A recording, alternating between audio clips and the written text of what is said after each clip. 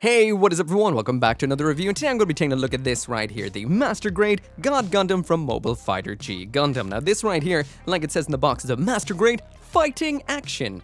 What that actually means is, this was one of the first line of Master Grade kits, if not the first line, to have a full inner frame. So well, very remedial compared to what we see these days, but these are the kits that walked so modern Master Grades could run.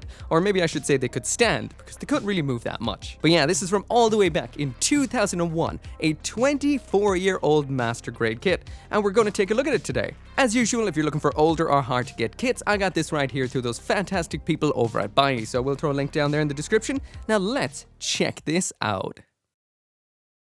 So jumping right on into the unboxing and the build, and as you can see, this is a very classic looking Master Grade box, very old school, almost has the kind of airbrushed look to it as opposed to the very kind of detailed designs we'd be seeing on boxes nowadays. We also have the pilot Doman Cashew right there on the front of the box, which is a cool touch too. As it says up there, this is a Master Grade fighting action, and like it says right here on the side, this was one of the first Master Grades to actually rock a full inner frame, so that means it could pose up better than the Master Grades we would have seen before. There's also a little figure of Doman in here, you do have to paint that yourself.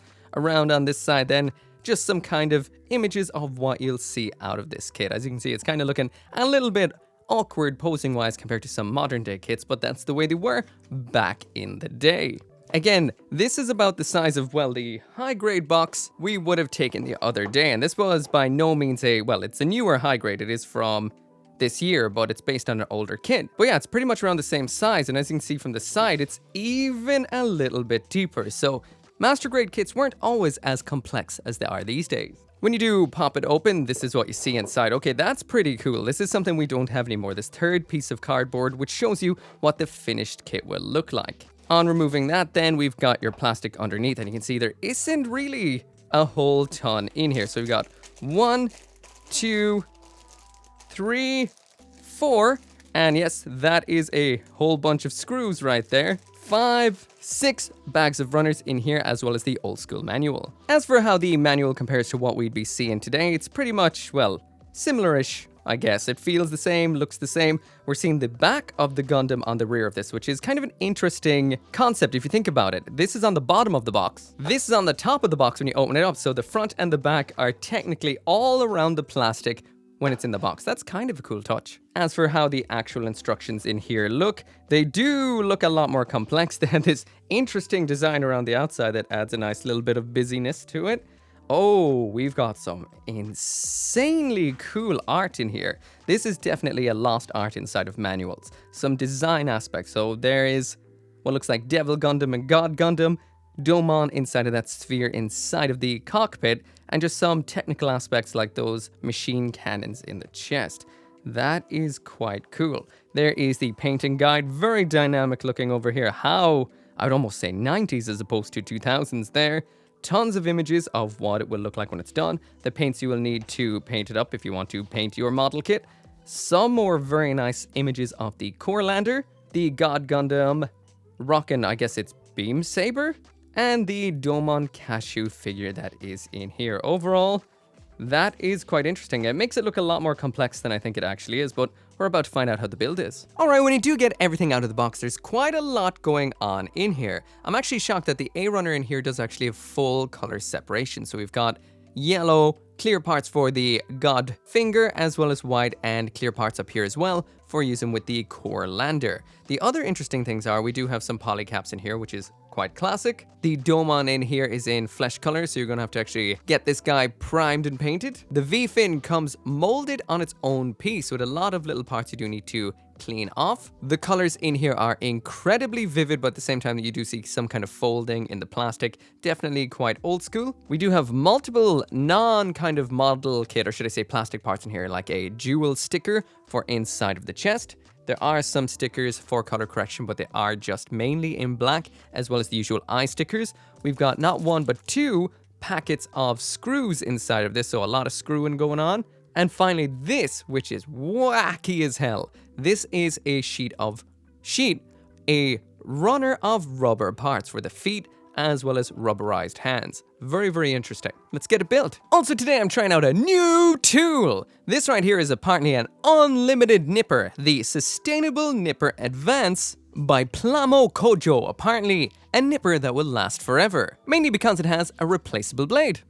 This is definitely very interesting. I've always been mainly a God Hand Ultimate Nipper user. I'm very interested in trying the God Hand Lightning Nipper. I need to get around to trying that out. Okay, so very nice box. It does have this interesting little rubber kind of aspect that kind of feels like a little bit of missed potential that they could have made an almost like cardboard case for this that this could slide in and out of, so you could actually hold on to the little elements in here. Instead, they kind of made this little display backing instead, which, you know, could have been put to better, more sustainable use. Oh, wait a minute. You can keep it in here. I'm the idiot. We got a nice little cover on it right here, so that's pretty nice. The handle is incredibly comfortable. We've got this little kind of trigger back here, which is removable if you don't want the little cutter trigger, so it'll be interesting to see how it works out. I'll be using it on this kit today. So jumping right on into the legs, and first up you build up the inner frame. So this is the progenitor to pretty much all master grade inner frames. It builds up with some nice moving piston aspects inside of it. There are screws involved in the build. In the leg itself, there's one that attaches above the knee, one that is below the knee, attaching the upper and lower leg onto the knee, and finally we do have two in the sides of the foot as well. When it does come to the feet on this kit, they're very unique, mainly because you have to insert these big rubber pieces into the outer red shell of the feet. This is not a bad idea. This gives it grip on the ground. An interesting approach to something like that. Then you just layer on all of the armor, again, simple enough. There isn't really too much detail on it, and when the leg is complete, this right here is what it looks like. So it is very basic. It's got a simple bend at the knee. You will notice that some of the armor kind of splits while it's doing this. This is not a gimmick. This is just kind of like old school, I guess, flimsy gunpla, and we do have a little bit at the ankle as well. Overall, it is what it is, I guess. Not too much detail either. So next up in here, we're building the waist unit. Again, very simple, you just slap on the front skirts. There is color separation from white and blue. Same goes around the back when we get to that. Side skirts attach on from underneath and are locked on by the upper armor. Then you just layer on all the front skirt aspects, layer on all the back skirt aspects. We do have a little bit of a waist piece of color in here too. This right here is what we end up when it's done, so just simple skirting that moves up. We've only got armor on the underside of these particular ones, or should I say some nice gray mechanical aspects. There's a bit of motion to these. These ones have a lot. They can rotate a little bit, but overall quite simple, and this bit is just kind of free hanging out till we put on the body. Nope, it just clicked in there. It stays. It's actually locked in. I guess I just didn't push it hard enough. Moving now up to the torso, and this is definitely unique without a single doubt. First off, you build the kind of main core of it, the joints for the arms, but then you actually have to attach it right on into the waist unit. And to do so, you need to use a fairly large, well, large by this kit standard, screw. And you just screw the waist joint till it's super, super tight. It's a ball joint waist, but you actually screw the actual two parts that are cupping the ball together. Then it's time to get into some more interesting aspects because you're going to do the gem in the chest. That's a little bit of a sticker you pop onto a yellow part. That whole cockpit section then attaches into the waist before it goes onto the body, which is unique. And then you do the machine cannons or those Vulcans up in the shoulders, which are nicely color separated into yellow inside of the clavicles that do move up just like so. Overall, it's a unique body. This right here is what you get when it is finished, so the colors are incredibly, incredibly vivid. There aren't too many moving parts, this is just a ball joint. These do open up, which I think is a very nice little touch. They are all in yellow, and these are the shoulder joints, which do move out a little bit. As you can see, there's a lot of keyhole jointing in this particular kit. This is incredibly, incredibly hollow as well. You can see right into the back there. It's not very fancy. There is an inner frame going all the way around here, but you know, that's basically for docking the core lander into. So continuing now along the wild ride, which is the Master Grade God Gundam build, there are two screws and one rubber hand involved right here, and that is the screw up in the shoulder. You add on some armor. There's a second screw then in the elbow joint, which holds it all together. You build the shoulder, which is predominantly in red plastic, but you do add on some white, gray, and some more white up top. Then you build the rear gauntlet section, so it does have some moving parts that are hard enough to line up a little bit. And then one impressive part of this build is all of the actual arm assembly involves keyhole locking joints. So you attach the shoulder joint in, turn it around to lock it. You attach the wrist in, also turn that around to lock it. Then you just pop everything together, and this is what you get. So now that it is complete, it is somewhat solid because of all the keyhole locking joints as well as the screws. So even though it is a little bit hollow feeling and rattly where it doesn't have screws.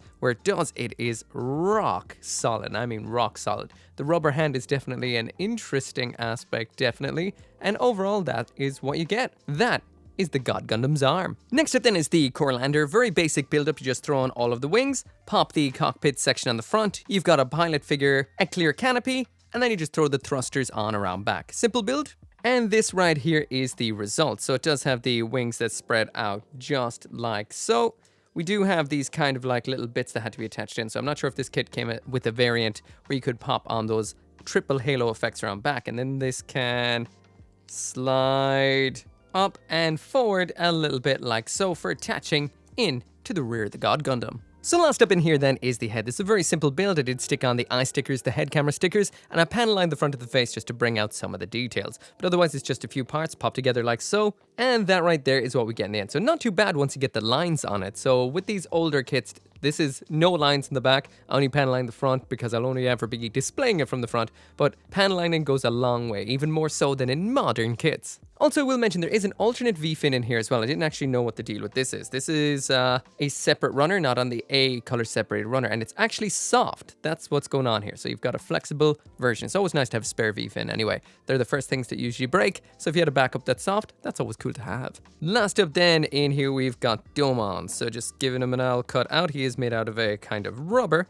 Got a little tactical rock here to keep him standing up. And the one extra little piece we have for him here is what I think is the back of his bandana. So yeah, just 3 pieces. Pop that in. That popped in easy enough. This then goes in the back of his head like so. And there we go. You can paint this up if you want. Not sure how paint will hold up on it because it is rubbery. It's not too flexible, so it's not likely you're going to move it and crack your paint. So cool addition though. Final assembly now on the Master Grade God Gundam, and when it comes to the build on this, I would say it's Master Grade in name alone. It's something that, you know, would have been fancy back in the day, but now it's incredibly, incredibly plain. I would recommend this kit maybe if you wanted to try detailing up, painting, that sort of thing, even some panel line scribing, but then again, it's hard to say because the plastic, actually, that does feel like it should take some scribing pretty well. But if you are planning on just out-of-box building one of these, they do end up looking and feeling a little bit toyish once complete. Not really the same impressive level we see from modern-day Master Grade kits. Anyway, there we go. That is what we get in the end. So jumping right now on into the aesthetics and just popping it right there, all I can say is, that doesn't look that bad, does it? For a 24, almost 25, quarter of a decade old Master Grade kit, that's not looking too bad. Now, it goes without saying, actually it may not go without saying, but in the hand you can definitely feel the 24-odd year difference. This does not feel like modern Master Grade kits, however, I will mention that that really does give you a massive appreciation for just how far Bandai has come with their model kit building, engineering and prowess. So yeah, in the hand it doesn't really feel that great. Now it is solid, I'll give it that. If you pop this up on your shelf like this, it's going to stay there and it's going to look good. There is a lot of issues with the articulation, which of course I will mention later on, not just yet. It is decently hefty too. I did feel a little bit hollow in parts while building, but the weight of the plastic is nice. But yeah, we're talking about the visuals right now, so let's talk about those. Like I mentioned when it does come to the overview of the look of this kit, it does look extremely, extremely nice. It is very kind of anime accurate, there is a lot of nice curves, and the plastic is a bit on the shiny side, but I do feel that kind of helps the vivid colors pop. If you do want to dampen that down a bit, then matte top coat is always the way to go, which is something I would recommend with this kit. Now I did use some of the stickers, so winding back a little bit, there is the stickers. These are horrendous, they're really papery, they're really old school. Like, for example, this kit right here, this thing may have been inside of its box since 2021. I mean, it might have been waiting inside for a huge amount of time just waiting to be built, so I'm glad it's finally free. It is a red label box, so this could have been in there literally since, 2001. But yeah, the stickers in here aren't the greatest. I just used some of the black ones up on the shoulders, but I do recommend painting or pen line to deal with that. There are some decal style stickers in here as well. These are, well, when you stick them on, they don't look the greatest. They're not like water slides or anything like that. And they do show up their boundaries as sticker style stickers do. Which is kind of sad because there are a lot of them and I do like the designs of these. These are very, very fun. Got a lot of King of Hearts going on, some Neo Japan, some kanji as well for various things, and just some nice G Gundam ones here in 2 different kind of font styles. Now I will mention one thing that cracks me up is these things on the knees, these little yellow kind of details, just being a decal. I mean, from far away, again, you probably wouldn't notice too much that that's just a decal, but in close, that is just a decal. There's a sticker, as you can see the boundary a little bit. You can opt to not use those if you don't want to.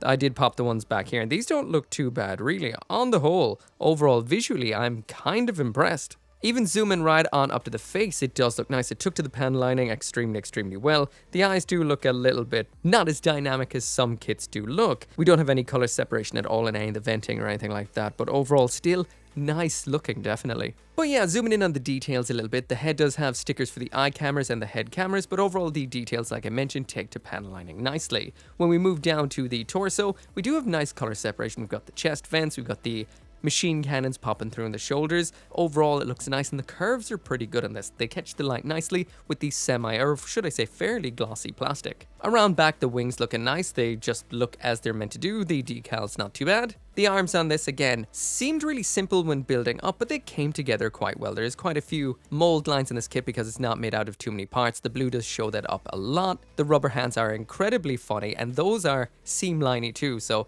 peeling those off is probably going to require a blade. They're made of rubber. Front skirtings, again, decent color separation, bit of panel lining will go a long way. The side skirtings have that nice grey dew layer underneath, which is pretty cool for an older kit. The legs are extremely plain. There are a couple of panel lines around here, but they are very shallow. I'm not sure how they'll take to panel lining, but definitely get some details in there. And yeah, overall, not too bad. Anyway, there's that full 360-degree spin, so you can see every angle of this kit for yourself if there's anything you wanted to see. Again, this is an anime-accurate, very nice version of the God Gundam. I'm actually shocked. I know back in, well, I'm not sure, a few years ago, I did build the Master Grade Burning Gundam, and I felt, to me, that wasn't all that impressive. The God Gundam has always had a little bit of a, let's say, aesthetic edge over the Shining.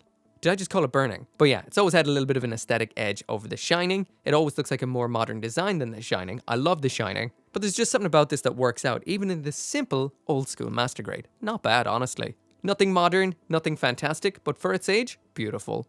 So jumping on into a bit of a quick size comparison, there it is beside two Master Grade RX-78 2 Granddaddy Gundams, aka your average size Gundams. So as you can see, the Master Grade Shining Gundam is a little bit shorter than your average Master Grade kit. Grabbing a couple of random ones off the shelf, there's the Master Grade Narrative Verka, the Master Grade Gundam Vidar, Sinanju Stein Narrative Verka, a variant of the Gundam Stormbringer, and the Master Grade Turn A Gundam.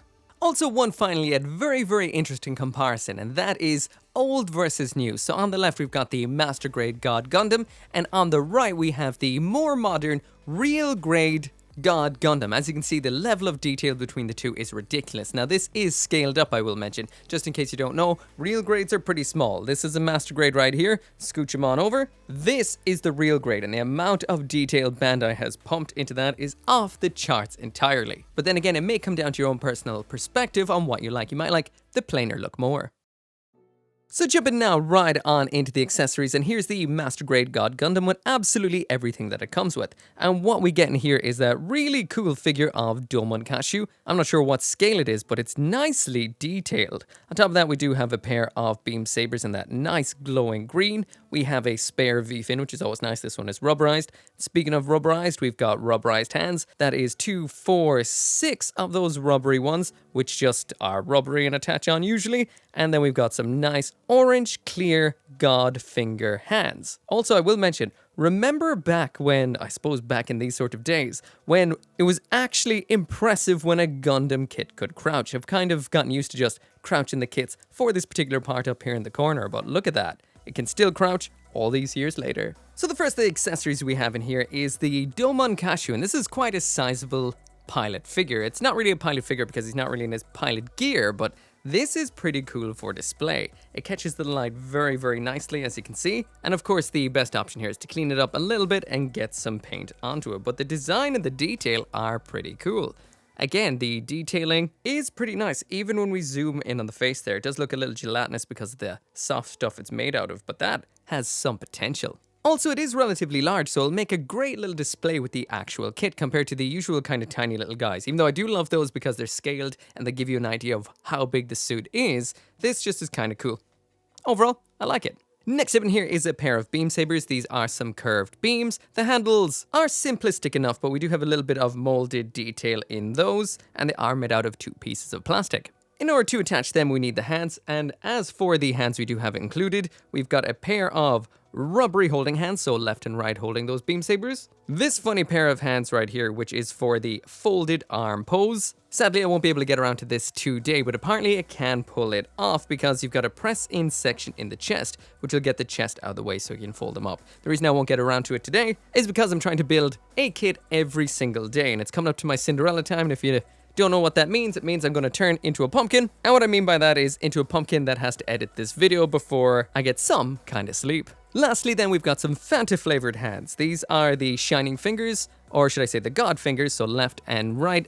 These are made out of a clear orange plastic and do look pretty cool, I have to admit. They're glowing very nicely under the light. Did they glow under blue? I think I'm getting a little bit, yeah, definitely a little bit of a glow under a blue light. So I'd say under a pure black light, these will glow up a lot. And the beam sabers, definitely, these are glowing, glowing, glowing. So if you've got some blue or black light, LED light even, these will glow up a storm. Anyway, attaching these into the hands is simple enough to just slide on in, even though these do actually separate because they're made out of two parts, but they do hold on fairly decently. Then you need to swap the hands. It's so weird pulling out rubber hands. They're just so unusual for a gunpla kit. There we go. There is what it looks like attached on in, and you will get some poses out of it, but that's all I'm going to get around to today. Also, when these are not in use, the usual routine of popping out the beam, storing the beam elsewhere, and these can be stored on the side skirts by sliding them down on this recessed little line like so they can store on the side skirts very nicely like that. Wait a minute, those other funny hands are for this particular pose right here, not for the folded arms. Finally then, when it is time for that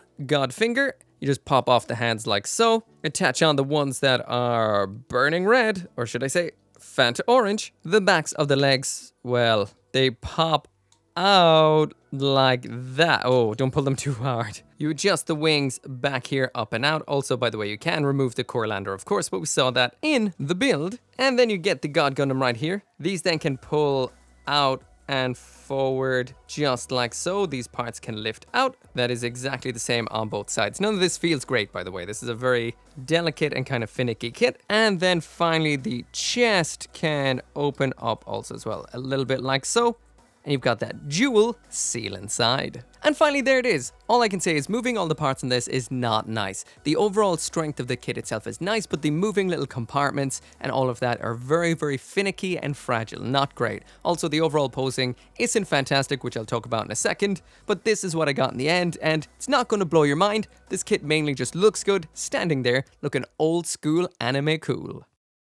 So now jumping on into the articulation, and that's one thing this kit doesn't have. However, look how solid it is. This is what screws does to a build. They may not be the most fun to pop into it, they may make it not so fun for posing, but they will make it absolutely rock solid. Anyway, let's get into the usual pose for a test. So getting this into a pose isn't actually all that bad. The screws felt a little bit tight at first, but it does feel like they've loosened up a little bit from moving it here and there. It has, well, limited articulation all over the place as you'd expect. The armor likes to split when you're moving it. It's just kind of the old school kind of way. You could glue and cement things into position, so they don't actually do that. But overall, again, not too bad. This kit was designed for articulation back in the day, and it still has a little bit of it. Not a whole lot, but a little. This right here is what we get out of it. Again, rock solid even in this pose right here. The rubberized feet is something I think they should actually bring back.